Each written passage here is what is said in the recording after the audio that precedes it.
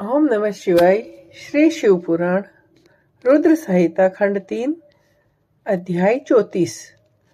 ब्रह्मा जी कहते हैं नारद, तदंतर वशिष्ठ ने प्राचीन काल में राजा अनाराण्य के द्वारा अपनी कन्या पद्मा का पिपलाद के साथ विवाह करने की तथा धर्म के वरदान से पिपलाद के तरुण अवस्था रूप गुण सदा स्थिर रहने वाले यौवन, कुबेर और इंद्र से भी बढ़कर धन, ऐश्वर्य, भक्ति, सिद्धि एवं समता प्राप्त करना तथा पद्मा के स्थिर यौवन, सौभाग्य, संपत्ति एवं भर्ता के द्वारा परम गुणवान 10 पुत्र को प्राप्त करने की कथा सुनकर कहा, शैलेंद्र, तुम मेरे कथन के सार तत्व को समझकर अपनी पुत्री पार्वती का हाथ महादेव जी के हाथ में दे दो और मैना सहित तुम्हारे मन में जो पूर्व है उसे त्याग दो। आज से 1 सप्ताह व्यतीत होने पर अत्यंत शुभ और दुर्लभ मुहूर्त आने वाला है। उस समय चंद्रमा लग्न के स्वामी होकर अपने पुत्र बुध के साथ लग्न में ही स्थित होंगे। उनका रोहिणी नक्षत्र के साथ योग होगा। चंद्रमा और तारे शुद्ध होंगे। संपूर्ण दोषों रहित सोमवार को जबकि लग्न पर संपूर्ण शुभ ग्रहों की दृष्टि होगी, पाप ग्रहों की दृष्टि नहीं होगी तथा बृहस्पति ऐसे स्थान पर स्थित होंगे जहां से वे उत्तम संतान और पति का सौभाग्य देने में समर्थ होंगे।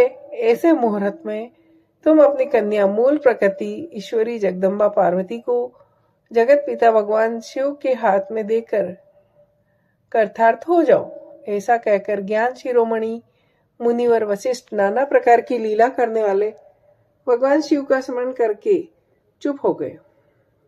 वशिष्ठ जी की बात सुनकर सेवकों और पत्नी सहित गिरिराज हिमालय बड़े विस्मित हुए और दूसरे पर्वतों से बोले। हिमालय ने कहा, गिरिराज मेरु, संग, गंधमादन, मंदराचल, मैनाक, विंध्याचल, आप सब मेरी बात सुने। वशिष्ठ जी ऐसी बात कह रहे हैं, अब मुझे क्या करना चाहिए, इस बात का विचार करना है। आप लोग अपने मन से सब बातों का निर्णय करके जैसा ठीक समझे वैसा करें। हिमालय की बात सुनकर सुमेरु आदि पर्वत भली भांति निर्णय करके प्रसन्नतापूर्वक बोले। पर्वतों ने कहा, महाभाग, इस समय विचार करने का क्या लाभ। जैसा ऋषि लोग कहते हैं उनके अनुसार ही कार्य करना चाहिए। वास्तव में यह कन्या देवताओं का कार्य सिद्ध करने के लिए ही उत्पन्न हुई है। इसने शिव के लिए ही अवतार लिया है, इसलिए यह शिव को ही दी जानी चाहिए।